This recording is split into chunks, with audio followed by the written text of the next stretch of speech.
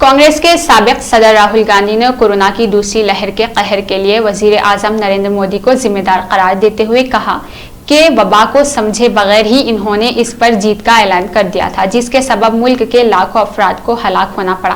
गांधी ने खुसूसी press conference में कहा कि मोदी को कोरोना का नेचर समझ में नहीं आया और इस वजह से वो इसे रोकने के लिए ठोस हुकूमत अमली तैयार न कर सके। अपोजिशन मुसलसल हुकूमत को इस सिलसिले में आगाह करती रही है, लेकिन मोदी ने इस मामले में अपोजिशन की सलाह पर तवज्जो ही नहीं दी है।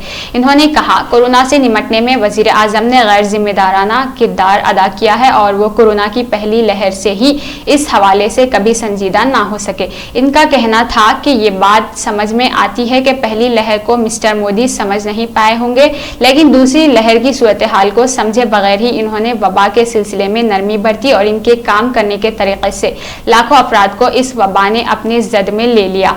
कांग्रेस के रहनुमा ने कहा कि मोदी को समझना चाहिए कि टीकाकारी ही इस मसले का मुस्तकिल हल है।